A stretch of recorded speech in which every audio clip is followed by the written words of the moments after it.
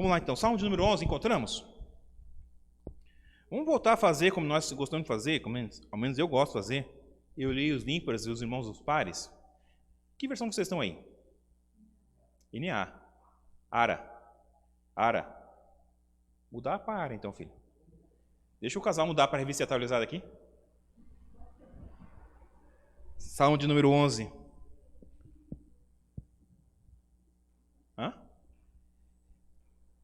Eu leio aqui na minha versão, vocês respondem na versão de vocês, que estão tudo igual agora, revista atualizada.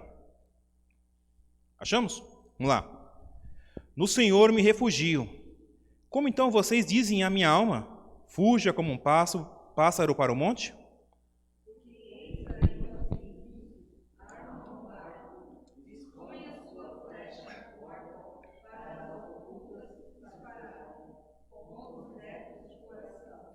Ora, se forem destruídos os fundamentos, que poderá fazer o justo?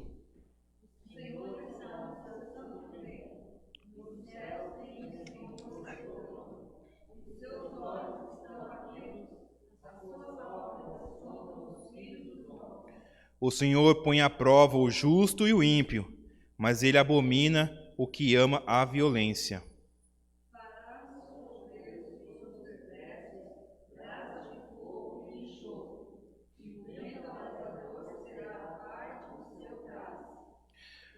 Por ser justo, o Senhor ama a justiça. Os retos lhe contemplarão a face. Senhor, são diante da tua palavra que o Senhor inspirou homens a fazer, inspirou Davi a compor. Que o Senhor nos ajude agora, Pai, a entender, a compreender a tua palavra e a aplicar ao nosso coração. Não por nosso conhecimento ou entendimento, mas pelo teu Santo Espírito, que inspirou e nos ilumina aqui agora. Se nós oramos em nome de Jesus, Pai. Amém. Irmãos, existem tipos de salmos. Esse que nós temos à nossa frente é um tipo de salmo de confiança. Salmo de confiança está entre o que nós muitas vezes gostamos, quando estamos tristes, nós lamentamos. Então existe salmo de lamento. O Salmo 13, se você tiver com a Bíblia aberta aí, o Salmo 13 começa assim. Até quando, Senhor? Até quando você será de mim? Será para sempre? É um lamento, ele está lamentando diante do Senhor. E existe o salmo de agradecimento, que nós gostamos muito, né? O Salmo 30 é um salmo disso, que ele agradece pelo que o Senhor fez. Então existe um lamento e existe o agradecimento. O salmo de confiança ele está no meio disso. Por quê? Ele está lamentando uma situação que tem, só que ele não pode agradecer porque a situação não foi concretizada. Nesse salmo aqui, que nós temos na nossa frente, então, a expressão que Davi traz aqui é uma fé convicta que Deus vai salvar, só que ele não pode dar um grito de vitória, mas sim uma expressão de fé, que Deus vai fazer, mas Deus ainda não fez. Ele sabe que a salvação virá, mas ela ainda não chegou. Agora, eu comentei sobre a questão de que poucos pregadores pregam o salmo, mas interessante como os últimos 30 séculos, a igreja cristã abraça um salmo de um jeito muito gostoso. Porque o salmo ele nos conforta, ele nos refrigera, ele nos abençoa. E isso tem ocorrido na igreja cristã desde que foi composto. Uma coisa que vocês talvez não soubessem, que nós muitas vezes entendemos que o povo de Israel, todos eles tinham à disposição sempre salmos. Não tinha. Salmos eram usados apenas no templo. Não é como você que pode acordar amanhã de manhã e ler o Salmo 23 e falar, Senhor, meu pastor, nada faltará. Então, quando eles liam esse salmo aqui, era algo especial, porque era uma vez por ano, talvez duas, onde eles podiam adorar o Senhor. E a igreja cristã tem feito isso nos últimos 30 séculos. Quem tem feito? Reis, camponeses, executivos, dona de casa, profeta, sacerdote, levitas, apóstolos, eu, você, gente simples, que tem usado o salmo para ouvir a voz de Deus, e usado o salmo como um louvor ao Senhor, usado o salmo como orações ao nosso Deus. Só que esse salmo de confiança em especial, ele traz algo bem particular. Quer ver só? Se nós estamos com uma situação triste, problema de desemprego, doença, é muito fácil nós lamentarmos, não é verdade? É muito fácil nós chorarmos diante do Senhor. Agora nós recebemos a bênção, um novo trabalho, um aumento no salário, uma causa na justiça, é muito fácil agradecer a Deus. Agora, como nós podemos confiar em Deus, cantar isso, e Davi escrever isso, sabendo que todo o seu povo vai cantar, mas ainda não ocorreu? Então, esse salmo aqui em especial, ele traz um grande desafio para nós, que é expressar a nossa fé, mesmo quando ainda não vimos a vitória. Expressar a Deus a nossa fé, quando ainda não vimos a vitória. Expressar algo a Deus que é contrário à nossa realidade, à nossa circunstância, à nossa atual situação. Isso é muito difícil. Não sei se você, mas eu concordo com isso, é muito difícil. Porque nós somos situacionistas. Nós gostamos de expressar a nossa circunstância. Esse salmo de confiança já não. Mas, nesse caso, como Davi escreveu, qual que era a situação de Davi? Provavelmente, esse Salmo 11 ele foi escrito quando Davi estava fugindo ou de Saul ou de Abisalão. Ou estava com problema com esses dois. Saul era o rei que queria matar Davi, passou por muito tempo sobre isso. Abisalão era um filho que queria tomar o lugar do seu pai como rei, Davi. E eu acredito que a segunda situação é mais coerente com o que está no Salmo. Por quê? Os amigos de Davi chegaram assim: Davi, está difícil, corre, se esconda, fuja. Aí Davi fala aqui no verso 2, né? A pergunta que faz assim, ó. Davi fala assim: como vocês, os amigos dele, homens, alguns falando, aconselhando ele assim, como vocês me dizem, fuja como um pássaro. A ilustração que Davi faz aqui é um pássaro pequeno, frágil, indefeso, que voa meio disperso, sem entender que tem alguém pronto a atirar a flecha nele. E é isso que eu estava conselhando Davi: fuja. Por quê? Porque é melhor você fugir do que ficar e morrer.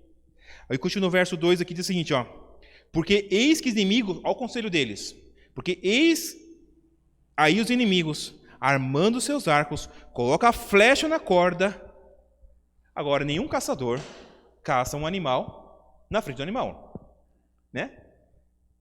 Como é o nome daquele passarinho que pegava passarinho antes? Como a gente fala Santa Catarina? Como é? Arapuca? Mas tinha outro nome. Como que pega passarinho? Não, mas tinha um outro. Tem a cetra, né? Estilingue. O meu padrasto fazia com funda. Ele era bonde, sabe? Ele, igual o Davi fazia, girava assim, ele pegava aquilo lá. Ninguém para na frente do passarinho e fica esperando ele aparecer. É escondido. E os inimigos de Davi queriam fazer exatamente isso. Às escondidas, quando ninguém via, queriam matar ou, se for o caso de Abisalão, queria usurpar o trono do seu pai. A situação de Davi, então, era desesperadora, irmãos. Porque se ele ficasse, certamente seria morto. Isso. E se corresse, a Nina falou, né? Se ficar o bicho pega, se correr. Tem uma coisa com jacaré também, não tem? Acho que é coisa do nosso Fritz lá em Joinville, né? Deixa eu falar então. Estou em Curitiba agora. A cena então, irmãos, é assim: se o Davi fica, morre. É preso. Talvez torturado.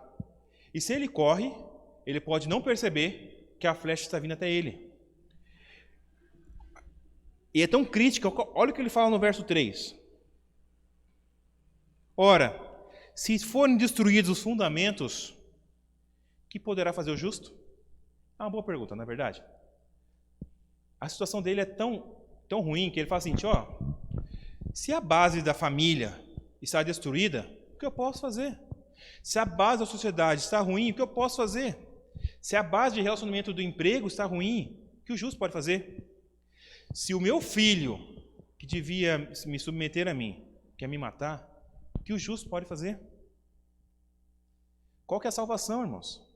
Da nossa situação hoje em dia, o que nós podemos fazer muitas vezes para reverter, onde nós acordamos segunda-feira e não sabemos se voltamos para final do dia empregado? Porque eu não sei por que os empresários têm costume de demitir no final do dia. Você do RH sabe disso, né? Ele aproveita você, está falando, você faz 5 minutos para sair do emprego, passa no RH.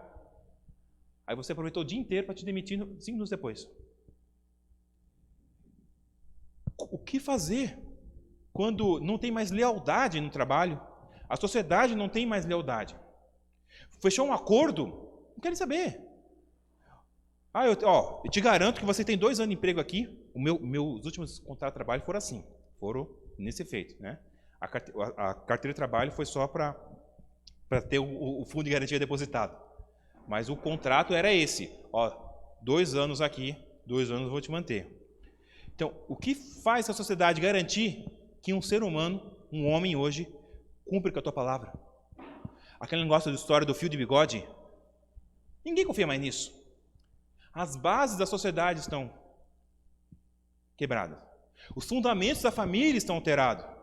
Quem te garante que um pai... Hoje nós temos um caso aí, foi um ex-vereador, deputado, um político aí, que fez barbaridade, está no noticiário a semana inteira. As bases da família estão quebradas. O que te garante? O que faz? Pergunta, então, o que pode fazer o justo? O que você pode fazer? A resposta de Davi ele já deu lá no começo. Olha o verso 1. O que ele fala no verso 1 lá? Quem pode ler para nós, verso 1? Primeira frase. No Senhor me refugio. A resposta à tua situação é refugiar-se em Deus. Refugiar-se tem um sentido de você entregar tudo tua vida, a tua salvação, o teu voar, o teu bater asas por aí, em Deus. Essa é a solução para os fundamentos da família, da sociedade, a solução para a sua casa, para o seu trabalho. Quando você sair para trabalhar amanhã, é refugiar em Deus. Claro, isso não é algo cego. Davi continua aqui do verso... Já dei a resposta, né? A gente podia acabar a pregação aqui, mas não é. Agora, isso é vã? Não. Isso é palavra bonita, autoajuda? Não. Nós confiamos em Deus por causa de um motivo. E Davi continua no verso 4. O Senhor está no seu santo templo. No céu o Senhor tem o teu trono. Os seus olhos estão atentos. As suas pálpebras sondam os filhos do homem. Irmãos, devemos refugiar no Senhor, porque não tem mais nenhum lugar para fazer isso. Vamos analisar a nossa situação muitas vezes com essa pandemia. Já muitas pessoas parece que cantaram parabéns para a pandemia no mês de março, né? Foi falado tanto isso, parece que só faltou botar festa de aniversário para eles. A gente estava comemorando porque estava acontecendo coisa errada, sabe? A nossa situação muitas vezes é triste, meus irmãos, angustiante. E quanto nós não passamos por isso, nossa família? Perdemos parentes queridos, perdemos famílias. Eu tive uma notícia aqui um tempo atrás, 2 semanas atrás, segunda-feira de manhã. Lembra que nós tínhamos um projeto de fazer aula de jiu-jitsu na igreja? O irmão que ia fazer essa aula de jiu-jitsu para nós, ele é professor de geografia também, dava aula na escola dos meninos, ele faleceu. 3 semanas antes ele mandou, porque ele fazia aula de geografia no YouTube, mandou para mim um vídeo, eu estava sempre em contato com ele. De uma hora para outra, como foi? Tantos projetos futuros que nós tínhamos junto para essa igreja e para trabalhar para a sociedade, para a comunidade que ele estava disposto a fazer. Eu fiquei muito abalado. Fiquei muito abalado porque ele tem a minha idade. Ele tem 2 filhos como eu. E um filho deles está na sala do Nicolas. E a outra menina tinha 6 anos, 7 anos de idade. Como ficou essa família agora?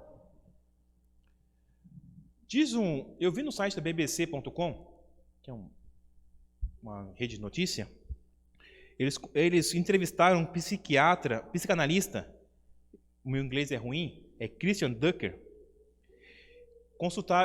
Eles entrevistaram ele sobre a pandemia. Esse rapaz disse que a pandemia criou 3 tipos de pessoas, 3 perfis de pessoa. O tolo, o desesperado e o confuso. O tolo é aquele que nega a situação dramática com a qual nós estamos. E nessa pandemia aconteceu isso, viu? É só uma marola, né? Eu tenho um perfil de atleta, não me acontece nada. Em março do ano passado nós ouvimos muita besteira. Muita tolice. o desesperado, aquele que se angustia demais com a situação, aquele que não fez nada durante a pandemia. Ele parou a vida dele, meio que assim, para o ônibus que eu quero descer. Desceu da embarcação e deixou o mundo virar sozinho, não quero mais ir junto nessa. E tem o confuso, que é aquele que não é nem lá nem cá. Ele não é nem um desesperado e nem agiu com tolice, mas ele não sabe o que fazer. Ele está perdido nesse mundo que eu não sei o que fazer. Essas três perfis faz parte do psicanalista, psiquiatra, eles são para analisar perfil. Tranquilo. O que me chamou a atenção foi uma frase que ele fez, que ele declarou assim: se você não está confuso nesse momento, procure um psicanalista, porque você tem um problema, e ele não é coronavírus.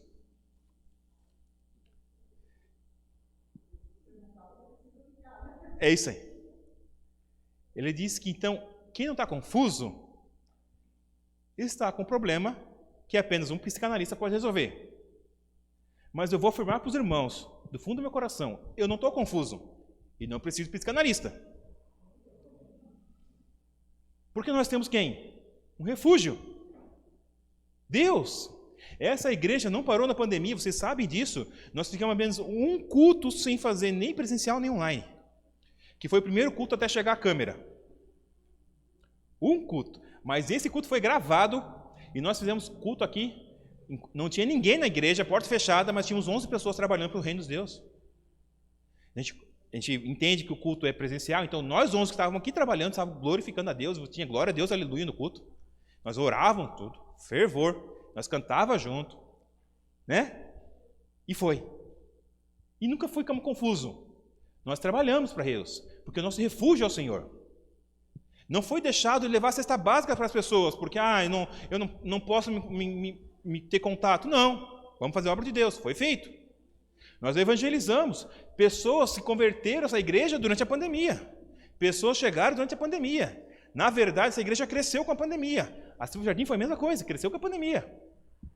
Nós hoje no grupo Louvor, quase todo mundo está no grupo Louvor, chegou com a pandemia. Não é verdade? A gente não está confuso, porque a nossa situação, a nossa fé não é baseada na situação, mas é porque no Senhor eu me refugio. No Senhor eu tenho fé, confiança. No Senhor eu posso cantar, não vendo a situação ainda. Eu não vi a vitória, eu não vi a transformação, eu não vi o emprego, eu não vi a cura, mas eu não paro de louvar o Senhor, porque tenho fé. Eu creio que jamais vai ocorrer alguma coisa comigo, com a minha família, com a igreja de Cristo, que seja contrário à vontade de Deus. E diz Paulo que a vontade de Deus é boa, perfeita e agradável. Então eu não sou movido pelo que dizem os especialistas, que na pandemia surgiu um monte de especialista. Eu não sou movido pelo que diz um profissional do ramo de saúde. Eu sou movido porque diz a palavra de Deus, e ela é fiel. Nela eu me refugio. A minha situação é difícil, irmãos. A tua também é. A situação da igreja hoje em dia está muito complicada. Tem igrejas fechando porque não se refugiaram no Senhor. Se intocaram como o desesperado. E é verdade, tem igreja que parou. Infelizmente, a igreja presbiteriana fecharam as portas da pandemia. 9 meses sem abrir, quando tentou abrir, não tinha ninguém mais na igreja. Porque foram desesperados. E tem igreja como o Tolo, que fez uma reunião com 2.000 pessoas aqui em Curitiba. Fizemos nenhuma coisa em outra, mas não deixamos de fazer a obra de Deus. Porque queremos que no Senhor nos refugiamos. No Senhor nós cremos. A pergunta que eu faço para os irmãos agora: o que nós faríamos na situação de Davi? Quando chegam os seus amigos, os seus queridos, os seus amados, seu filho, seu pai, muitas vezes até o seu pastor, fala assim, fuja, bata asas, se esconda, porque não tem mais solução. Muitas vezes nós ouvimos coisas assim, não ouvimos? Eu sempre falei para a Vanessa, falei isso à minha esposa, que nós ouviremos muitas coisas ruins, porém, e faz parte. Muitas palavras negativas, ofensivas e deprimentes, né? Só que nada dói mais do que vem quando nós amamos a pessoa. O não falar da Vanessa dói mais do que todo mundo que fala mal de mim. Quantos de nós já não vimos na pandemia sobre isso? Palavras tristes, desanimadoras. Ninguém fala assim, fecha as portas, para com isso. Ou não tem mais solução. Pois é, a loucura, na verdade, a loucura do evangelho está batendo cada vez mais a porta. E nós estamos com a porta aberta cada vez mais louco. Quantos de nós passamos por essa situação? Qual que é a resposta para nós? Entregar a vida ao Senhor. Porque essa loucura, ela não é sem fundamento. Essa loucura é baseada em Deus. Davi confiava em Deus porque ele sabia o Deus que servia. Davi confiava em Deus porque ele sabia o caráter e a natureza de Deus. Continuando no versículo 5. Versículo 4 de novo, vamos lá, 4 de novo. O Senhor está onde? Santo templo. No céu o Senhor tem seu trono. Os seus olhos estão atentos. As suas pálpebras são dos filhos dos homens. Verso 5. O Senhor põe à prova o justo e o ímpio, mas ele abomina o que ama a violência. Faz chover sobre os perversos braços de fogo e enxofre, e vento abrasador será a parte do seu cálice. O que faz a gente crer que podemos ter refúgio no Senhor é porque nós conhecemos o nosso Deus. Muitos de nós desprezamos as doutrinas, né? Falou culto de doutrina, falou escola dominical, fugimos. Mas é isso que nos sustenta, irmãos. É saber quem é Deus. Deus é um Deus santo, justo, todo-poderoso, fiel, imutável. Tem tantas coisas para eu falar aqui. Davi sabia disso. Porque se ele olhasse ao redor, ele encontraria alguém assim, fuja. Fuja, louco. Se esconda. Quando ele parou de olhar ao redor, ele olhou para o templo de Deus. Ele vê, não. O Senhor está no templo. E ele jamais deixa de ver os seus filhos. Ele jamais deixa atentar para o nosso problema. Porque Deus não é passivo à nossa situação. Deus jamais será passivo à situação da igreja. Jesus falou o seguinte, eu vou, mas eu mando o Consolador. Ele sabia da dificuldade que eu e você teríamos para enfrentar os problemas do dia a dia. Ele sabia que como igreja nós teríamos tribulações. Ele falou isso, no mundo tereis aflições, mas tenha de bom ânimo. Então, quando nós tiramos os olhos do que os especialistas dizem, do que parente diz, familiar diz, filho, pai, e colocamos nossos olhos fitos em Deus, crendo de quem Ele é e a natureza de Deus, nós podemos dizer, no Senhor eu me refugio, no Senhor eu me escondo, no Senhor estou firme, no Senhor somos inabaláveis. Deus não é passivo. Olha o verso 5 aqui, irmãos. Diz o seguinte, o Senhor põe à prova. Esse põe à prova tem um sentido que Deus, ele não apenas espera aparecer a ele vai e prova. Essa prova aqui, ela tem dois efeitos em dois tipos de pessoas diferentes. Deus nos prova para fortalecer em ti aquilo que Ele colocou em você. Fé. Fé. Se uma coisa que nós precisamos de hoje é fé. Claro, fé, amor e esperança. O amor é importante. Nós temos muitas pessoas amando por aí, mas não estão crendo no amanhã. Quando Deus nos prova, as situações vão vir. E certamente Davi foi provado na situação. Fuja, é o que ele falou, não vou fugir. No Senhor eu me refugio. Ele foi provado. Deus olhou seu coração. Agora, quando a prova, a tentação vem ao tolo, é para fazer florescer o que é pior no pecador. É para mostrar para ele que ele é depravado, pecador, iníquo, mentiroso, falso. Deus prova os dois. O texto está dizendo que Deus prova o ímpio e o justo. Ele abomina a violência. E sobre o perverso, aqueles que estão em pecado, que não entenderam a voz de Deus, ou não querem obedecer ao Senhor, ou aquele que talvez eu e você muitas vezes levamos os para o caminho errado. Deus faz o quê? Verso 6. Faz chover sobre o perverso brasa de fogo e enxofre, e vento abrasador será a parte do seu cálice. Muitas vezes nós damos muita atenção ao que as pessoas falam, irmãos. Nós damos muito valor à palavra de pessoas. E a Bíblia nos fala que há muito poder na língua. Tiago nos explica aí, Epístola de Tiago, capítulo 3, explica isso. Há muito poder na língua. O problema da língua é o ouvido de quem ouve. Você pega a palavra de Deus, você lê a palavra de Deus, quer ouvir a voz de Deus, lê em voz alta e creia nisso.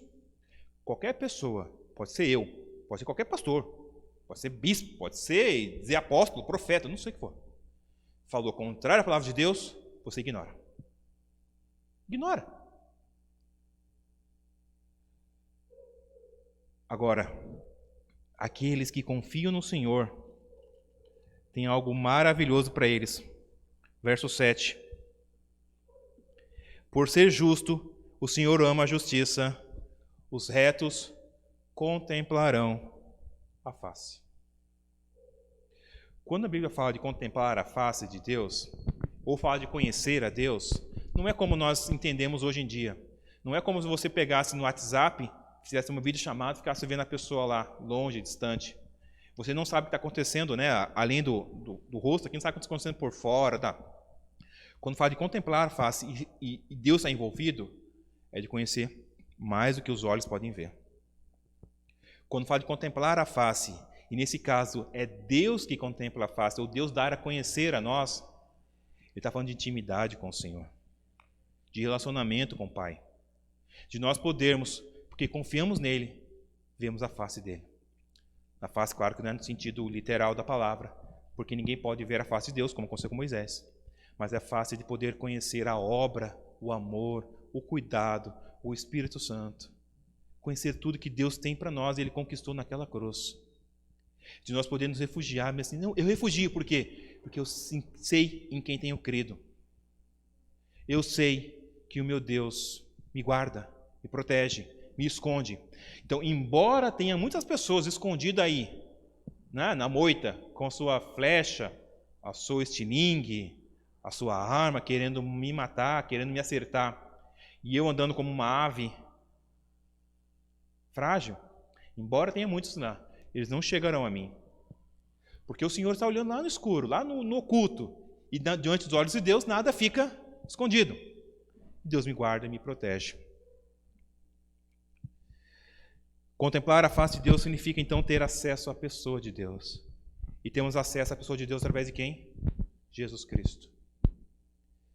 Interessante, irmãos, que Jesus prometeu que vai voltar. Talvez seja hoje, talvez seja amanhã. Muitos teólogos vão ficar perdendo tempo discutindo se é pós-tribulação, se é tribulação. A verdade é que Ele vai voltar. A verdade é que nós, como igreja, estamos sendo preparados para contemplar a face do nosso Senhor.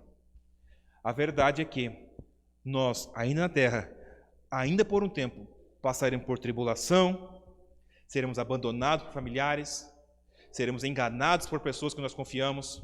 Ainda na terra, vemos nossos amigos indo embora porque ele foi atrás de algo melhor e nos abandonou. Ainda aqui, seremos suscetíveis a ter a solidão, aquela dor de abandono, choro, lágrimas, tristeza.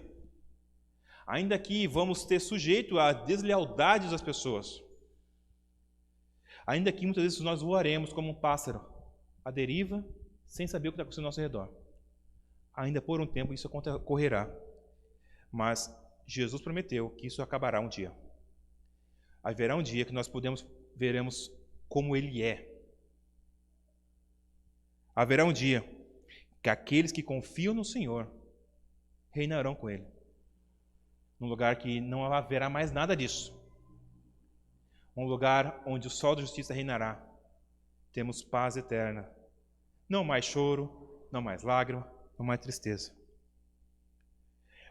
A situação do salmista Davi, ou do rei Davi, né, mais conhecido como rei, nesse caso, o salmista, a situação dele, eu quero te convidar a refletir sobre isso, é que por mais que você esteja numa situação desesperadora, você não tem mais como confiar em ninguém. Em tudo que é lado, você só vê ameaça de perigo, de morte, sabe? Você não confia mais que vai ter trabalho amanhã porque o teu patrão dá umas conversas meio estranhas. Você não confia mais que dá para confiar no teu pai, tua mãe, teu irmão.